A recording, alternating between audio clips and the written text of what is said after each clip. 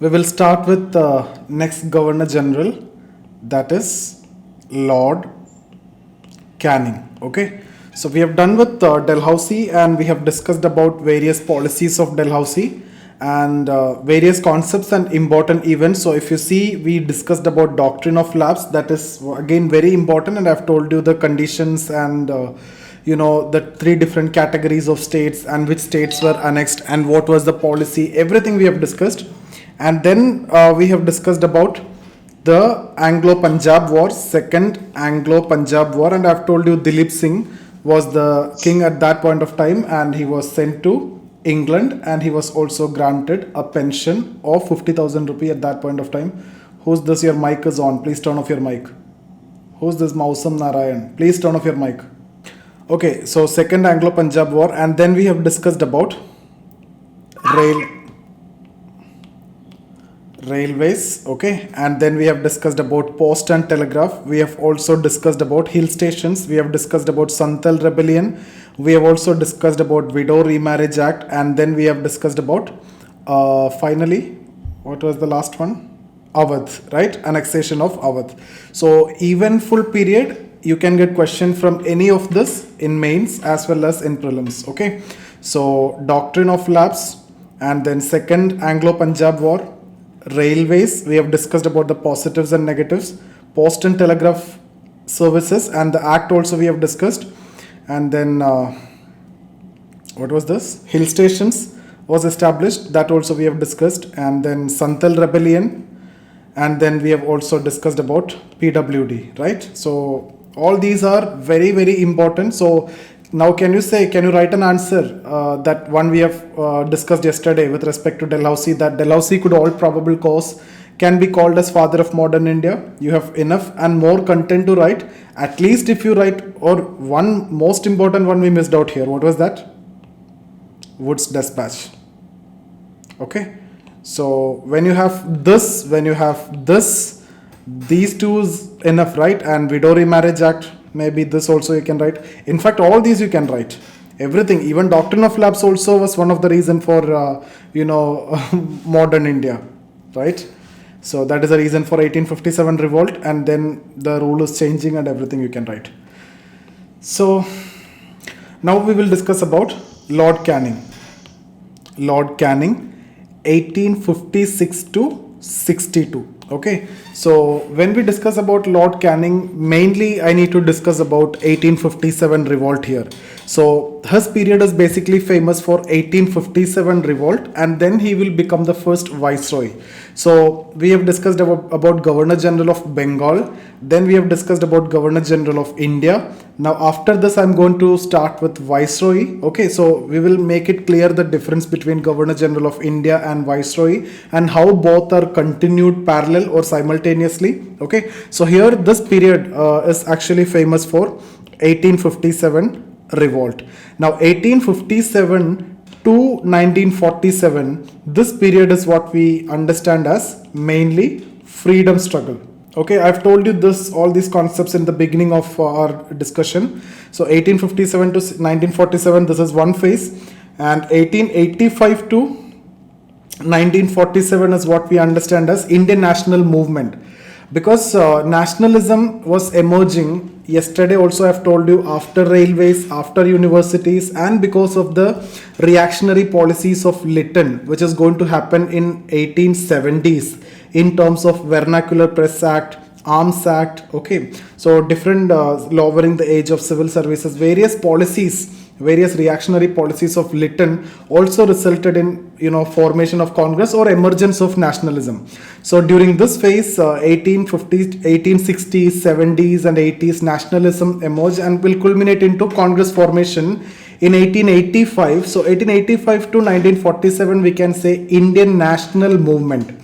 So when we discuss about 1857 revolt, we cannot call it as national war of independence. You will see that word, but it's actually not correct, because the concept of nation or the concept of nationalism was not there at that point of time. That's why I'm stressing it here. 1885 to 1947 is what you can call as Indian national movement. So 1857 revolt, we will never call it as National War of Independence. Even though you get question on that, you will make it very clear that it is neither the first nor the National War of Independence, because before also there were some incidences against the English, and after that also there were many, and there was no such concept of nationalism. So it was neither national nor the first war of independence.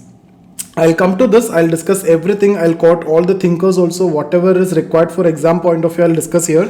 And when we discuss this 1857 revolt, what we will do is, first we will start with the cause. So we will discuss the causes, and then we will discuss about the important senders, okay, and then we will discuss about the leaders, okay, and then we will also see what are the causes of failure, and we will have to discuss about impact. And when I discuss about impact, I'll discuss about the short term impact and the impact or the outcome which was found later. That means long term you can write. And then we will also discuss few quotes from where you can actually expect questions. Okay, so this is how I structure this particular topic, and we will do it completely here, and there won't be any problem. And again, when we discuss about cause of the revolt, I'll divide this into military cause, okay, and then I'll discuss about political cause, and then we will discuss about economic cause, and we will also discuss about socio-religious cause. And within itself, within military cause, there may be different causes. So we take first military cause, then we will understand what are the different case, and then political, and then economic, and then socio-religious. If you remember yesterday, I have connected one event that we have discussed yesterday as a political cause, and also I told you how it can be an economic cause of 1857 revolt also. Can you recollect which one was that? No idea? Annexation of Awadh. Yeah, which one? Who was saying what is that? Annexation of Awadh, not deindustrialization. Okay, deindustrialization is an economic cause only. Why? Because peasants and artisans were affected. That is only economic. Are Santal, how? Why? What political cause and economic cause there? This one, Awadh, we discussed as political cause. Also, I've told you, I've highlighted the economic dimension. Deindustrialization only economic, only connected to artisans. Santal, no way connected. Okay, so now let's start with this discussion. So can we discuss about the military cause now? So I'll start with the military cause. Okay, so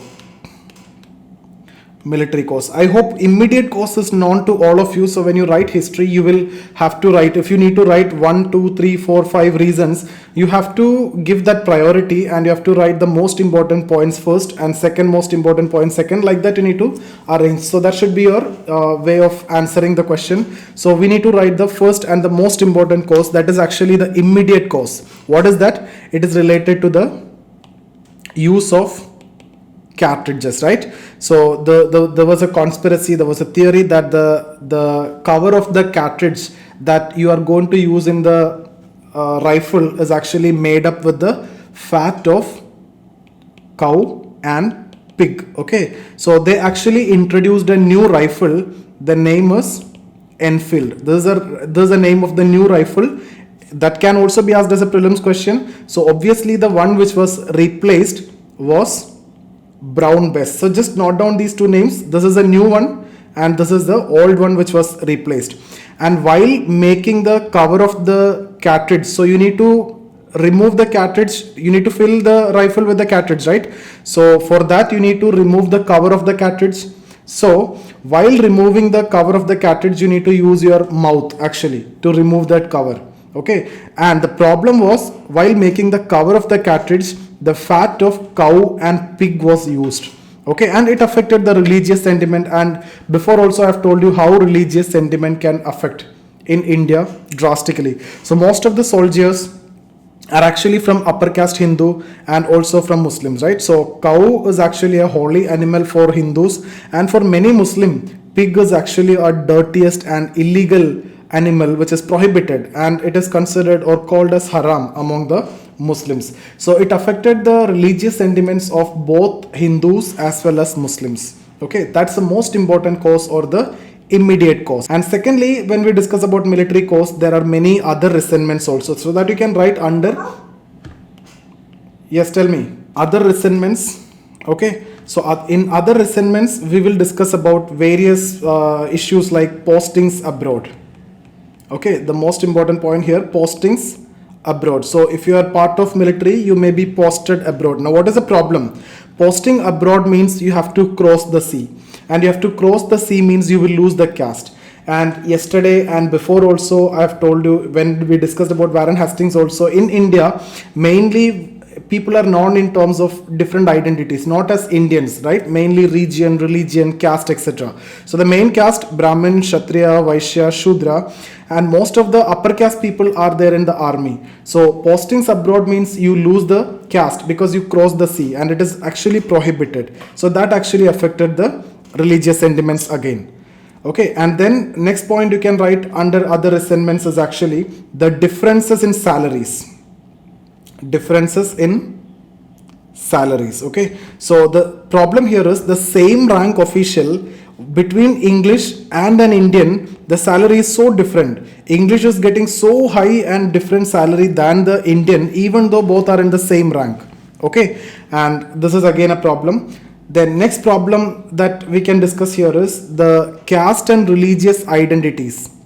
Caste and religious identities were in great crisis. So what I mean to say here is they are not allowed the religious trademarks. Okay, so you cannot carry you cannot have the beard face if you are a Muslim, and you cannot wear the turban, right? So all these were against the religion. So the caste and religious identities were in great crisis. That also affected the religious sentiments. And also finally, one more reason you can write is the army members, the military members, they were regularly humiliated by officials.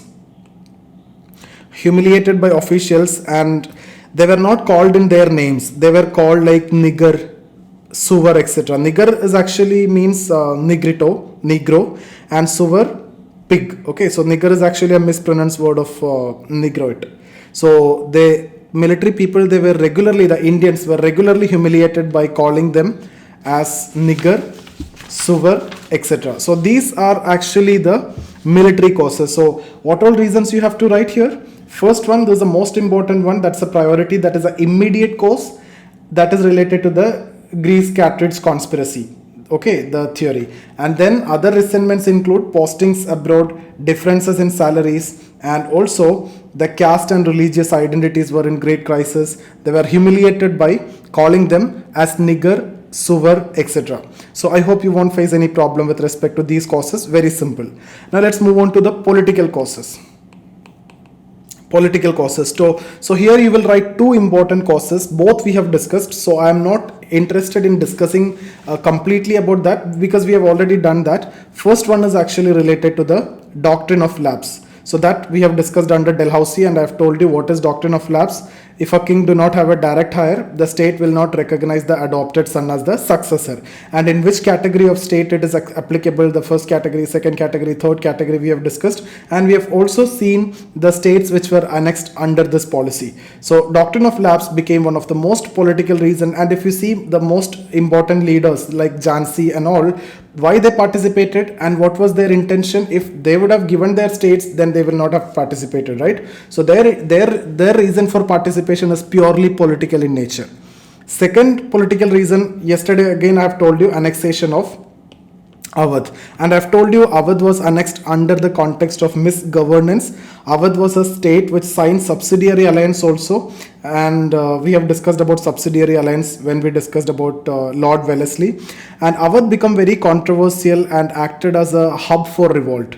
Okay, because there are many reasons when it comes to Awadh, because the military people mostly are from Awadh in the Bengal army. Mangal Pandey himself was from Awadh, who was the person who started the revolt, and they were known as peasants in uniform. And also the moment Awadh was annexed, Awadh come under permanent settlement, and that means you need to pay more and more taxes. So all these are the reasons. So political reason is there. In case of Awadh, there is an economic hidden reason is also there. Now, when you discuss about third cause, this is the second one. Third cause, that is economic cause. So what all things you can write here under economic cause? Firstly, you need to tell why peasants are participated. So peasants are participated mainly because of the land revenue, whether it is permanent settlement or Mahalwari settlement or Ryotwari settlement. We discussed all the three. What was the common point or the problem that we discussed in all the three? The taxation was very high. So the taxation was so high, and the high rate of taxation actually made the peasants very angry against the British. So that is the reason why, and this anger is seen in various types of revolt against state and government and the authorities. Not only here, there are different other protests also you can see even before, but not that significant. So that anger was always there because of high rate of taxation. Whatever be the settlement, permanent settlement, Mahalwari settlement, and also Ryotwari settlement. Okay, so that is one reason from the peasant side. Secondly, the one which we have already discussed, which is connected to 1813 Charter Act. What was that? Post 1813, you can see the process of deindustrialization, right? The monopoly ended except in two items that led to deindustrialization in India. The artisans suffered. The process of deindustrialization actually resulted in closure of most of the Indian industries, and then there was no further scope of development of industries in India, and it actually created big problem for the Indian artisans because their products, handmade products, which is not at all competent with the finished products which are coming from England after the industrial revolution. So that resulted into unemployment, poverty, and people are very vulnerable at that point of time, and they were very active in the revolt.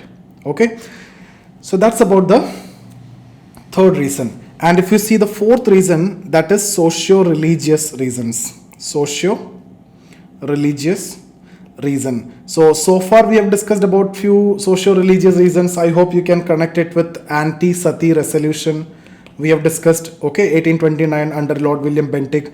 Yesterday we have discussed about Widow Remarriage Act under Lord Dalhousie, and I've told you both of these are actually affected the religious sentiments of the people, because the upper caste people especially, they started thinking or believing that the British is unnecessarily interfering in their religion, and that really angered and annoyed the upper caste Hindus, and they actively participated in the revolt because of this. And also we have discussed about under Lord Hardinge's time there was a ban on female infanticide, and it was a practice among the Rajput caste. Okay, so they were again very much angry. They have shown that anger against the British because they believed that it is a conspiracy against the religion.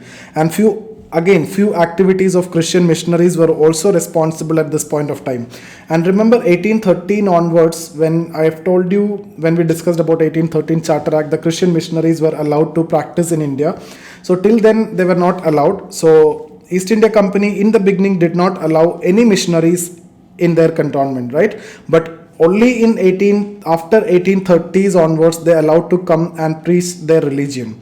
So but the problem is, but more than preaching their religion, that is Christianity, they maligned other religion, especially Hindu religion. Okay, and it again hurts the sentiments of Indian soldiers, mostly from Hindu, and most of the soldiers are again from upper caste Hindus, right? So this Christian missionaries' role is again one of the reason, and there were process of evangelization.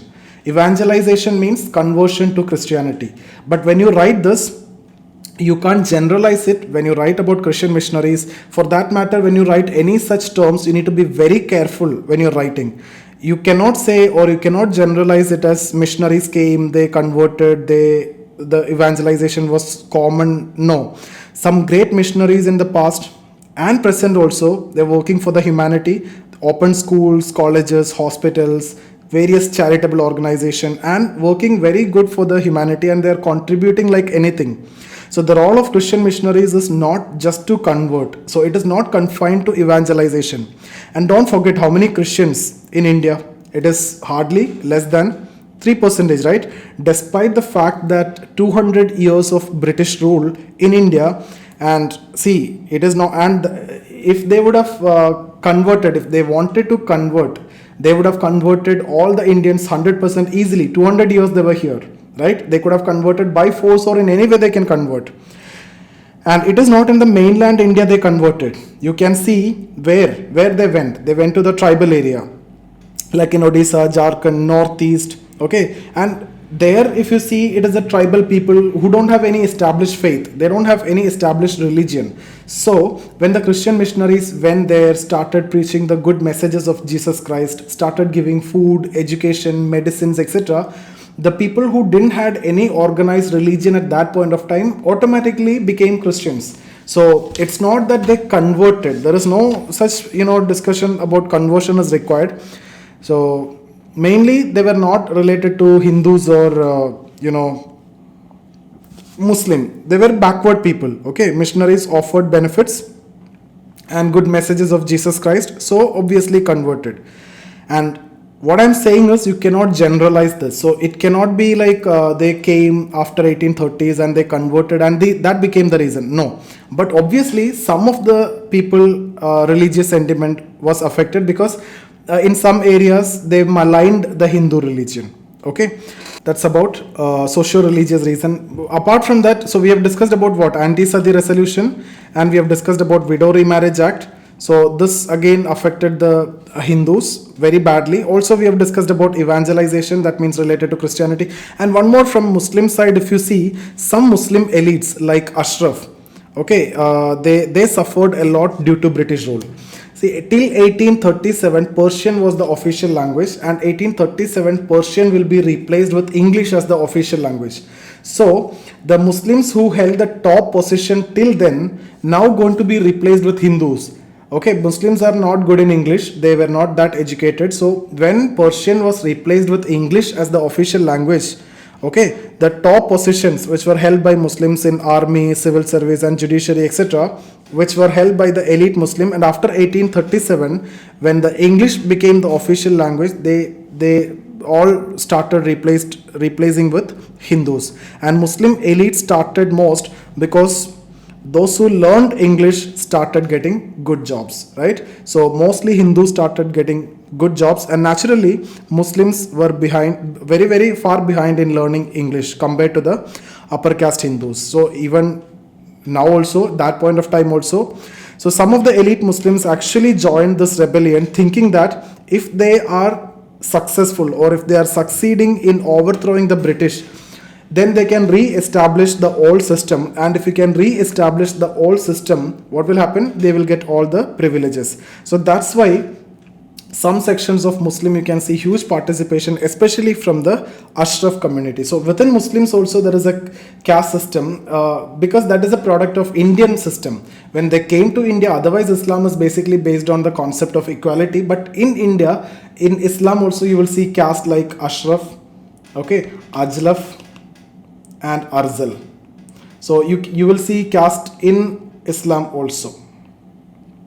Okay, so here the points I've told you is connected to socio-religious reason. I hope this is clear. The anti-Sati resolution, Widow Remarriage Act, Christian missionaries activities, and this Persian which was replaced with English as the official language angered some elite sections, not all, elite sections among the Muslims, that's the Ashraf community. Okay, so these all act as the main reason for 1857 revolt. Now what we need to see, so we have done with the reason, economic reason, political reason, socio-religious reason, and also the military reason. And immediate context also we have discussed. So now we need to discuss about the important centers and leaders. Okay, so important centers, leaders. So who triggered the movement? It was Mangal Pandey, who triggered the movement on 29th March 1857. I think you can watch that movie also if you have time, that Mangal Pandey. So 29th March 1857, Barakpur in Bengal, right, near Calcutta. So he was a soldier of 34 Native Infantry Army or Bengal Army, and I've told you already that he was from Awadh, okay, and from upper caste Hindu. So the Greece Cartridge conspiracy actually annoyed him, obviously. Apart from that, he's from Awadh, so other reason is also there behind this move, okay. And then when you talk about soldiers of Meerut, the soldiers of Meerut actually started this in an organized manner, and the real revolt broke on 10th May 1857. So on 10th May 1857, when the soldiers of Meerut killed around 20 officials, and they all are English, and then they fled to Delhi. So they killed officials, more than 20 officials as per the records, and they fled to Delhi. Okay, and when they reached Delhi, they met the Mughal king Bahadur Shah Zafar. Okay, so the Mughal king was actually the only hope for these soldiers, so they fled to Delhi. And when soldiers reached Delhi on 11th May, Bahadur Shah Zafar was very reluctant to help, because Bahadur Shah Zafar was living in the pension which was offered by the British. So after knowing this issue, Bahadur Shah Zafar was actually frightened. And firstly, he was a very old man, and then he is living in pension. Naturally, he don't want any disturbance for himself. But luckily, his wife, who was that? Begum Zeenat Mahal, convinced the king to lead the movement. Actually, those army members were able to convince the queen, or the wife of Bahadur Shah Zafar, and Zeenat Mahal actually convinced the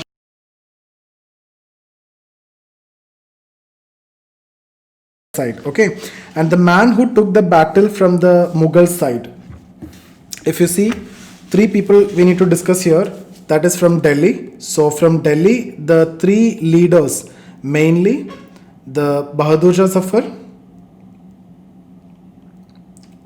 Zafar, and then we have to discuss about Zeenat Mahal, three leaders, and the third one, Bakht Khan. Okay, so the man actually took the battle from the Mughal side was Subedar Bakhtawar Khan, and he is popularly known as Bakht Khan. Okay, so the three leaders from Delhi, you can see Bahadur Shah Zafar, Zeenat Mahal, and the actual person who took the battle is Bakht Khan.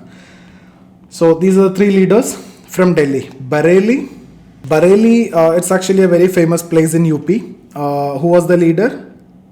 Khan Bahadur Khan. I've told you many Muslims names you will see here as the leaders, because Muslim elites were actually annoyed with the English.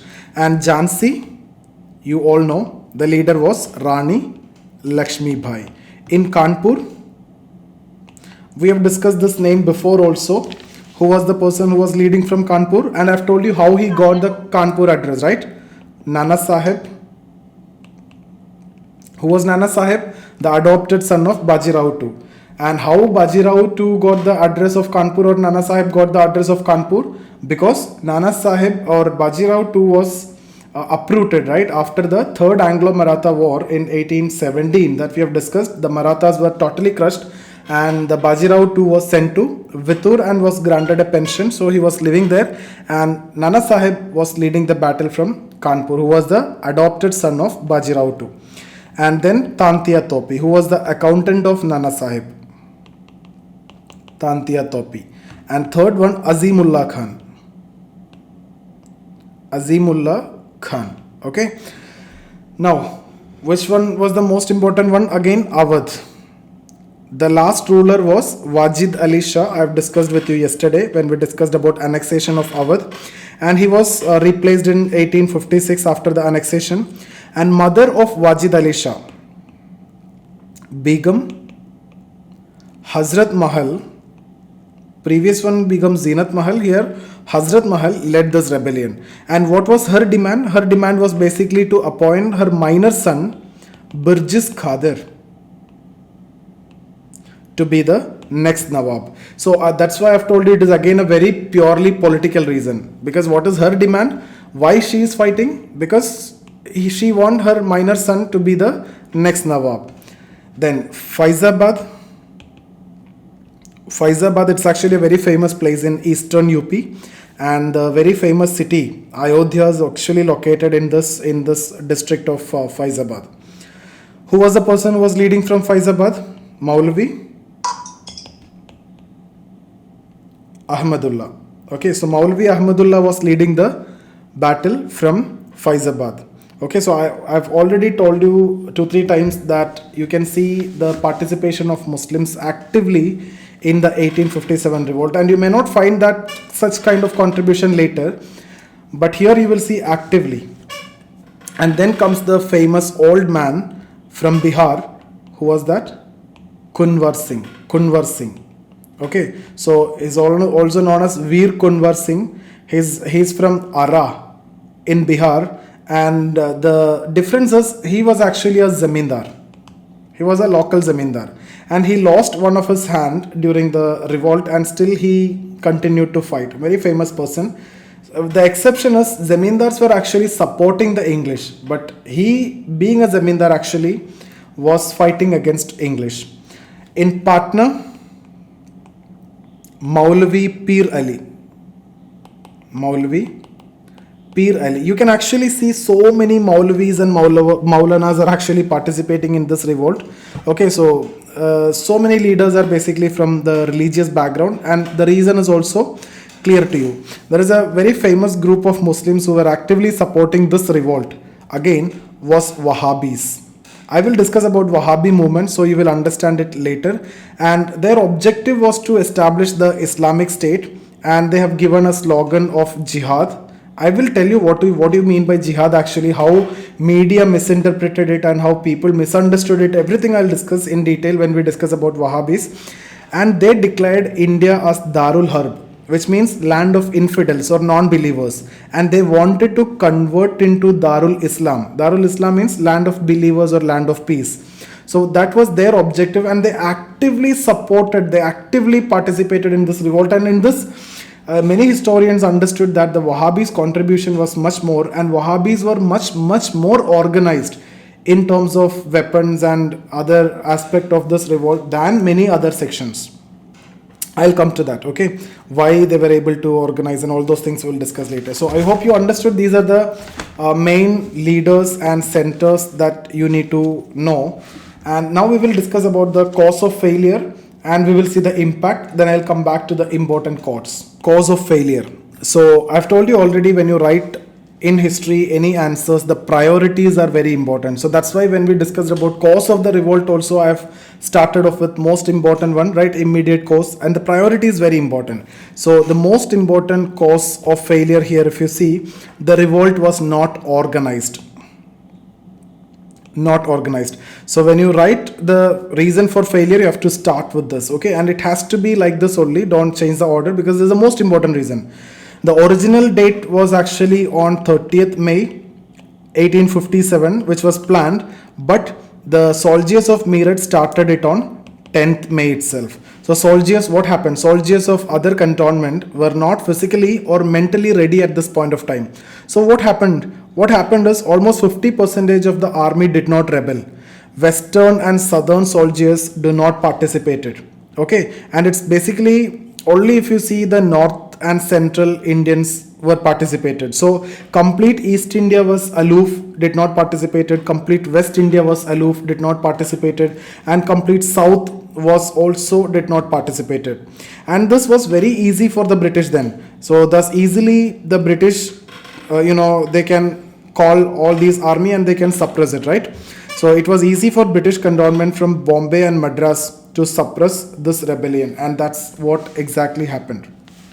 So the main reason is it was not organized. Even though it was planned on 30th May, it started before. So the other cantonment where the other members were actually not physically nor mentally ready. For example, you see your exam is planned on 30th. And somebody is asking you to write the exam on 10th. What will happen? Exactly the same thing is actually happened here. Okay. Now the second reason, it was not all India movement. Not all India. So when I say not all India movement, I mean it's not all classes. Not all classes participated. Okay. So not all classes participated in this revolt. For example, if you see, zamindars were helping the British. Money lenders were helping the British, because these are the people who got a lot of advantage during British rule, and the native rulers whose states were not annexed were also helping the British. See, you can talk about native rulers. There are two types. States were annexed, like Jhansi, Rani, etc., and those states were not annexed. So these people are participating in the revolt, but these people are supporting the English by expecting that if you support the English, they will not annex in future. So the native state who states which was not annexed by the British, they were actively supporting in terms of army and okay. So only those states which were annexed and those whose pension stopped were participated. Others, no. For example, Scindias and Nizams were actively helping the British in suppressing the revolt. And when you talk about the middle educated class, we have already discussed about Maculum Minute, and I've told you some sections are going to emerge the middle educated class who got education in English model and in English medium after the Maculum Minute. The trickle down approach we have discussed. So this class is very small in size, and they were not sure about the outcome. Whether the English will win or the Indian will win, they are not sure. If English winning and you are participating in the revolt, that is going to affect their aspiration. On the other hand, if Indians are winning, they will also be treated as English and they will also be sent along with the English. So what they did, they remained neutral. Okay, so they just graduated in English and they follow the English culture. So there was an attachment with the British. So for that reason, they may also maybe send along with the English. So that's why they actually remain neutral. So if you see, this was actually asked as a prelims question. What middle class did? They remain neutral. It's not that they supported English or the other. So if you see Zamindars, okay, Zamindars supported the English. What about moneylenders? Supported English. Okay, and you can say this is supported English and then this is supported revolt. What about native rulers? Native rulers, two types are there. Whose states were annexed, they went for the revolt. Those states were not annexed, they supported English. Okay, religious leaders, they went for the revolt. Most of the religious leaders you can see. Middle class, they remain neutral. They did not hear, they remain neutral. Okay, so I hope you understood who participated, who did not participated. So the point is, it was not all India movement, which means it's not an all class movement. And this middle class is going to be very, very important, especially after 1885. Why? We will discuss the formation of Indian National Congress. Okay, the main leaders are from this particular group only. So that was the second reason. Now when you discuss about the third reason, there was no coordination among the leaders. So you will see, other than few instances, there was no coordination. Like Tantia Topi, for instance, came and helped Rani of Jhansi, and a few here and there. But generally, leaders are fighting lonely battle. And one of the biggest reason for failure is actually this: the leaders are fighting lonely battle, and that is the reason why the British could easily suppress them. Few instances were there, people came and supported, but otherwise it was mainly lonely battle. So there was no coordination among the leaders. That's the third reason. Fourth one, again this is very important reason: the weapons and strategies used by the Indians and the weapons and strategies used by the English were of no match. They have the better methods and also the weapons. Okay, so when a group is fighting against the state, who will have the advantage? When you're fighting against the state is always having an advantage. So the state took that advantage. Okay, and the state would be always in an advantage because all the resources would be with the state. But what happened was, initially the soldiers had weapons. They looted from the armories. Okay, so they dominated initially in the first week. If you see, in the May first week, if you see, it is the soldiers who dominated, and they killed all the English male, women, female, children, everybody mercilessly. The Indian soldiers killed. But after that, the British took revenge and started killing Indians mercilessly. And Delhi was one of the most important center where many innocent people were killed, butchered and even hanged on trees. So much, difficulties at that time. You'll see so much cruelty at that point of time. And one very famous poet who saw all these things in 1857 was, Mirza Ghalib. And he actually he narrated some incidences in his style. He was, it's like very barbaric. Okay, so initially the British poets celebrate the death of Indians, and Indians also celebrated the death of British. There is no justification for killing English women and children, and vice versa. Even in the context of Indians also, later when they took the revenge, it was considered so bad. Okay, so we don't want to get into all those details. The point which I want to tell you is related to this. So the weapons and strategies used by Indians and the weapons and strategies which was used by the English were of no match. Initially, Indians had the advantage because they looted the arms from the armories, but later the English retaliated, okay, like anything. Now, so that's about the reason for failure. So 4 reasons we have discussed, and the priority also I have told you. Now we need to discuss the outcome of this revolt. Outcome, very important. That means outcome means what? The changes which was found later. So first we will see the immediate change. So as an immediate change, in 1858 an act for better government in India was passed. Act for better government in India was passed by the British Parliament. So now they want to provide a better government to please the Indians. Okay, so now we will discuss a provision of this act, the Better Government Act. So first point is establishment of British Crown's rule. Crown's rule in India. So what does this mean? This means the end of East India Company's rule in India. Okay, so both are interrelated. When the Crown's rule established means automatically East India Company rule ended. So you will see 1757 to 1857 it is East India Company. Now 1857 to 1947 it is the British Crown ruling India. So the first and most important point of this act, that is establishment of Crown's rule. So rest of the 90 years it is a Crown's rule, you can see. Now the next point, so otherwise if you see when the East India Company's rule ended, you remember when we discussed about Pitt's India Act, we have discussed about a board of control to regulate the affairs of East India Company in India. So board of control will sit in England and will regulate the affairs of East India Company in India. Now there is no East India Company rule is there. So do you think board of control is required? No. So board of control actually got abolished, and instead of board of control, Secretary of State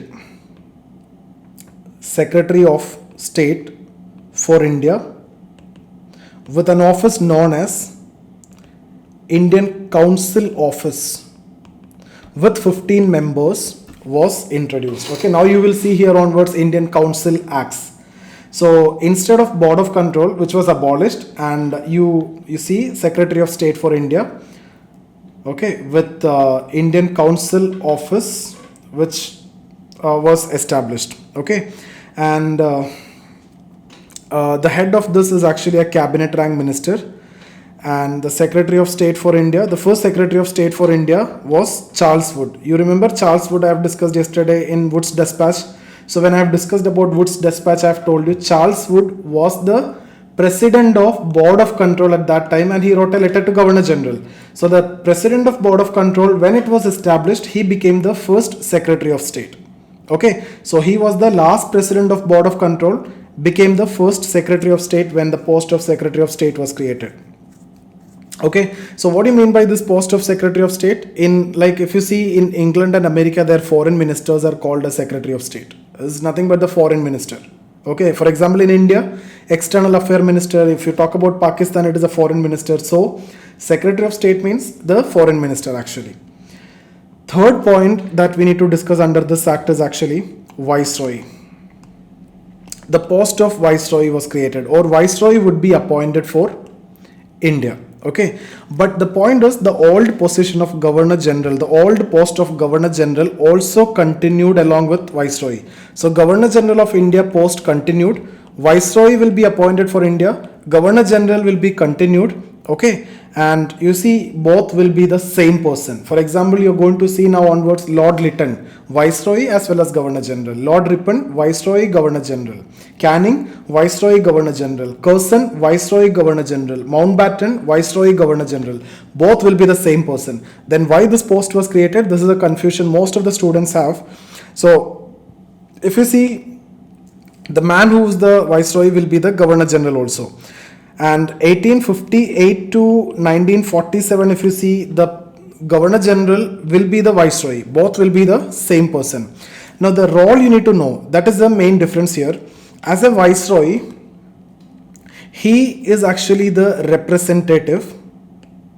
He is the representative of British Crown in India heading both British India and princely states. So if you see, this is India, this is British India, and there are some princely states, right? So some princely states are there. So as a viceroy, he is the representative of British crown to India, which include both British India, where British had control, and the parliament, the crown have control, and also the princely states. So as a viceroy, he is representative. And as a governor general of India, okay, since the British have the direct rule only in British India, this area, he is the person who's heading the government. The government of India will be actually headed by the governor general in council. Okay, so I hope you understood the difference. As a viceroy, when you talk about, he is the representative to the crown, okay, which comprise of total, that means British India as well as the princely states. So he's just a representative. But as a governor general of India, he is responsible for the governance in which area? Here only. Okay, now why you are giving a separate post, or why you are creating a separate post? If you say the this princely state members that viceroy and governor general, the post is same, or representative, they will again get afraid of it, right? Because the same person, so there may be a possibility that they will be annexed. Okay, so viceroy means representative, governor, when you say, in charge of governance in the area where they have control. So I hope you understood. Viceroy as a representative, governor general as the head of government in British India only. So here only you are in charge of governance, here you are representative, but ultimately both are the same person, just to fool the the local princes. Okay, so the government of India, here this will be headed by governor general of India, and representative of princely states as well as this is again viceroy. Okay, and the same person will be the viceroy as well as the governor general, and it will be continued till 1947. Now if you see the first viceroy, now we are discussing about Lord Canning. So who was the first viceroy? Or when you discussed about 1773 Regulating Act, the Governor General of Bengal post was created. So who was the first Governor General of Bengal? Warren Hastings. In 1833, Governor General of India post was created. So who was the first Governor General of India? William Bentinck. Who was the last Governor General of Bengal? William Bentinck. Now 1857, the Viceroy post was created. Who was the first Viceroy? Lord Canning. Who was the last Governor General of India? Who was the last Governor General of India? Not Lord Canning. Why? Because Governor General of post is continued. It is not ending here.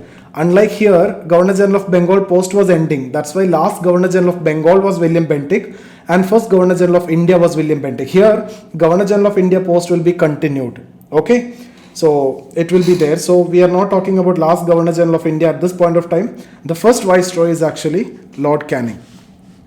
So first Governor General of India, Lord William Bentinck. First Viceroy, Lord Canning. Not the last Governor General of India. Okay.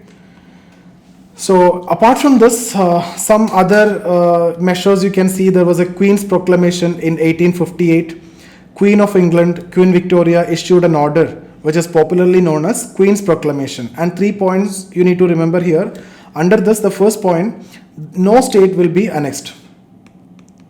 No state would be annexed. That means what? 1/3 of India remained as princely states till 1947. There won't be any annexation till 1947. And it was a gentlewoman promise which was kept till 1947. You won't find any annexation till 1947. And in fact, there was a Delhi Darbar which is going to be conducted in 1877. I'll discuss this very controversial one. To welcome the Queen Victoria, it was conducted by Maharaja, Nawabs, etc. to please her, to appease her so that she won't annex in future also. Okay, and in fact this became the biggest hurdle post independence, because we the Sardar Vallabhbhai Patel and all, they struggled a lot for the integration, because these princely states became the headache after the independence. Now the second provision was no conversion by force. No conversion by force. Third one, no discrimination should be made in the recruitment of army service. No discrimination in the recruitment of army service. That means lower class, middle class, all will be happy now. Okay. And See, you can see here after this 1857 revolt, they started doing some corrective measures and they started appeasing some sections of Indian society and they started changing their army strategically. So they wanted to balance the ratio like 1:1 or to the maximum 1:2 between English and Indian. See, earlier the ratio was something like this 1:4 or even sometimes 1:7. What does that mean? 4 Indians, 1 English, 7 Indians, 1 English. So if all these 7 turn against this one, what will happen? That they have realized after 1857 revolt. There is a potential danger. So now they want to make it to 1:1 if possible or to the maximum 1:2. 1 English, maximum 2 Indians. And all the sensitive posts were made available only for English soldiers after this. So these are some corrective measures, and I've told you they started taking some they started appeasing some section, especially Hindus. You will see here Muslims are participating in the revolt like anything. There is a huge contribution from the Muslim side. So they started taking Muslims as their number one enemy after this revolt. And they started offering all the good post and position to Hindus and started appeasing Hindus. And this is a strategy that they usually follow. And later you can see during 1905, after the Swadeshi movement, the Hindus were totally against English. So this policy will be reversed. They started taking Hindus as their enemy and they started taking Muslims, or they started appeasing Muslims after 1905, and that resulted into Muslim League and all those things that we are going to discuss in future. So after this, they literally started taking Muslims as their number one enemy. Okay, and that actually led to a lot of confrontation among Muslims and Hindus. And because most important posts are given to Hindu upper caste. Already I have told you from 1837 onwards there are some issues because Persian was replaced with English as the official language. So many Ashraf Muslims felt that they are so much deprived and discriminated. And in 1870, when Sir Syed Ahmad Khan started the Aligarh movement, he found it extremely difficult as the British were completely anti-Muslim. We will be discussing about this Aligarh movement, Sir Syed Ahmad Khan in detail. And he tried his level best to prove to the British that the Muslims are also as loyal as the Hindus. And Sir Syed Ahmad Khan founded Mohammedan Patriotic Association in 1888, and its purpose was to challenge Congress. All these we will discuss. And Syed Ahmad Khan was advising Muslim not to join Congress. He also wrote some letters to Badruddin Tyabji in this regard. Okay, Badruddin Tyabji was the first Muslim president of Congress. It was actually a question in 2017 prelims. The first Muslim president of Congress. Okay, and in the third session of Congress in 1887, Badruddin Tyabji was the president.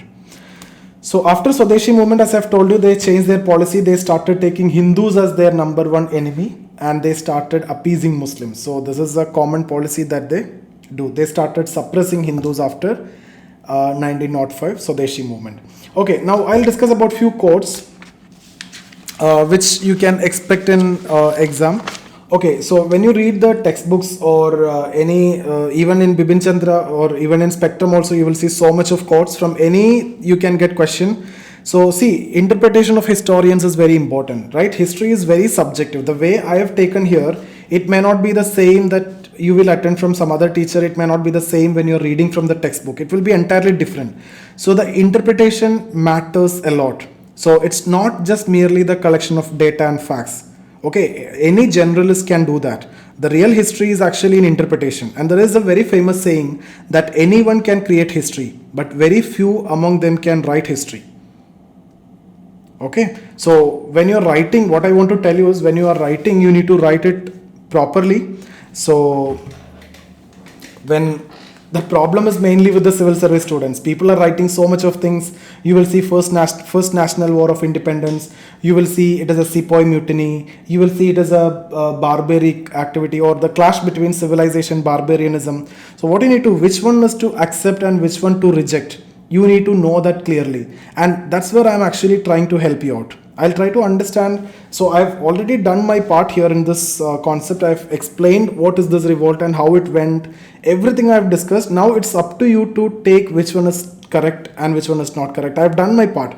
So this is what I basically want to do. My role is basically to guide you. And what you need to do, many times I've told you, you have to write history objectively. You know the facts now. So same event, you will see different interpretation. Okay, don't forget the period in which the historians are writing. All were writing in 1860s and 70s. And again, those who are writing in 1860s and those who are writing now, between them, again, there will be, different understanding. The society have changed, the economy have changed, the politics have changed, the interpretations, the perspectives have changed.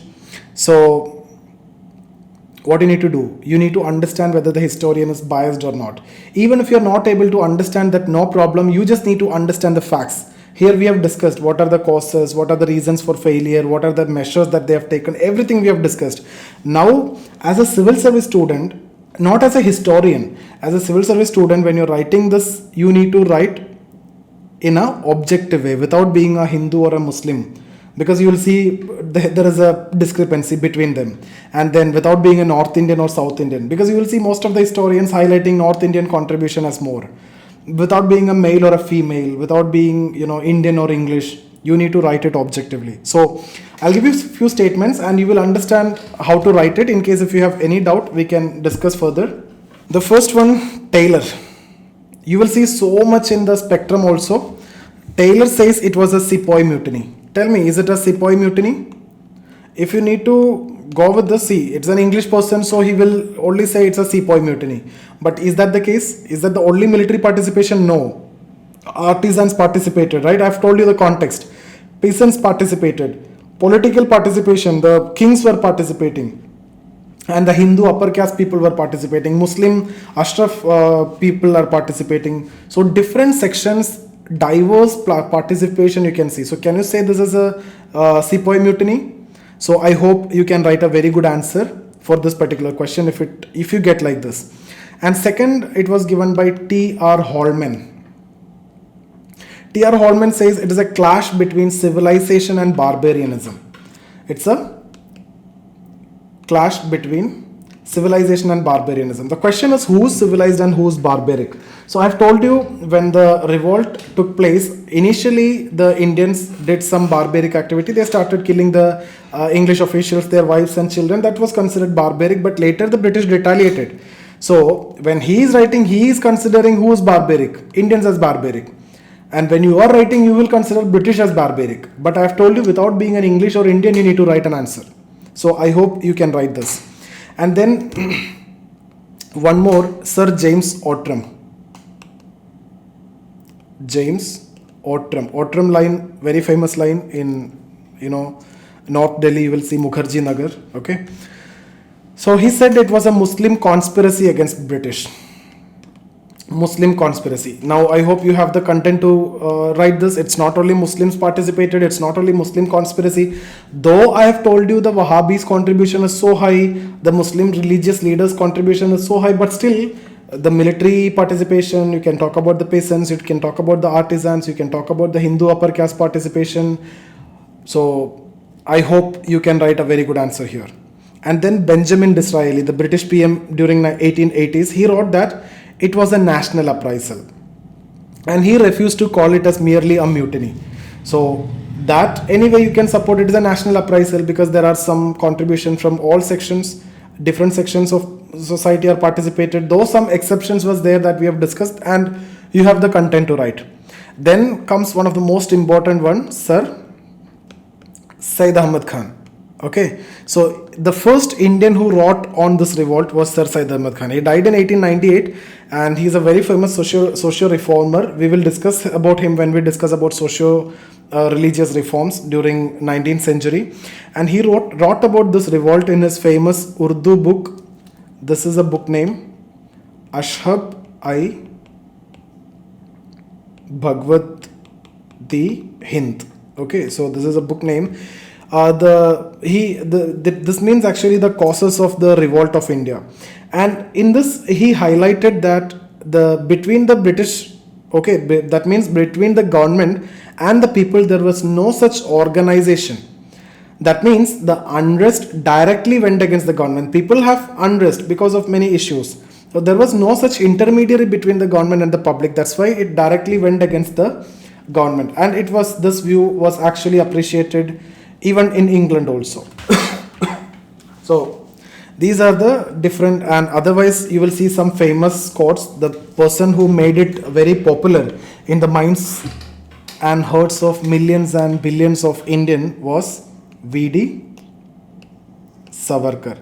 So famous revolutionary leader, and he said he called it as India's first national war of independence. Arey Nidesh, why you are turning on your mic? Please turn off your mic. Nidesh, please turn off your mic. India's first national war of independence. Okay, so now can we call it as first national war of independence? This is where I have told you need to understand the facts and then you need to write. See, history is very subjective, I have told you, and you cannot call it as first national war of independence. The reason also I have told you in the beginning. I'll tell you one more historian. He's actually a historian. So R.C. Majumdar. So 1857 revolt was neither first nor national war of independence according to him. So you can see he is countering V.D. Savarkar, right? So don't forget, V.D. Savarkar is not a historian, okay, and is just a political leader, very much like Jawaharlal Nehru. So in India, if you see a person who is very famous and if he writes something, it will automatically become popular. That's why this become popular.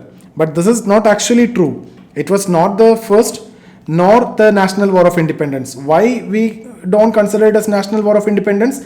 Because nationalism as a concept was not there. I've told you people are fighting different battle, and Jhansi Rani was fighting for one reason, Nana Sahib was fighting for another reason, Bahadur Shah Zafar is fighting for one reason, XYZ leaders are fighting for different reasons.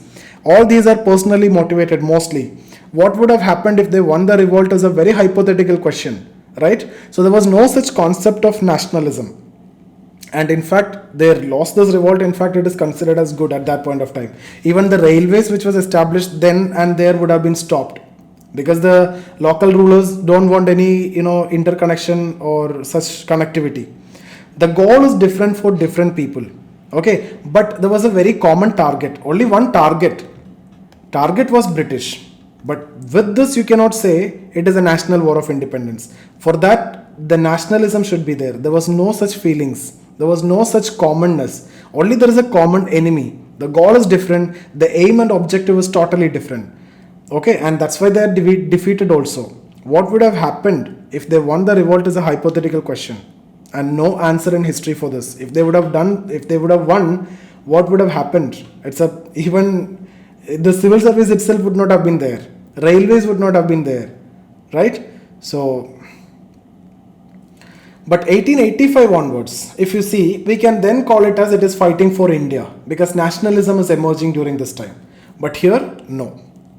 So I hope you understood this is something which you can keep in your mind. This is something which you can write. This is a professional historian, but it is a very political religious leader. So this we won't take, and we will critically analyze the statement, because nationalism was not there, so not national war. And first, it is not first, because many were there before also. And Bipin Chandra, if you want to, you can see Bipin Chandra says it was a popular uprising, that this revolt, it was not only the soldiers, but also the peasants, the traders, and many other groups participated. Okay. So that's about 1857 revolt. I hope this is very clear to all of you. You can expect a question, mains as well as prelims. Any doubt here? Maybe I can spend 5 minutes. After that, I have a class.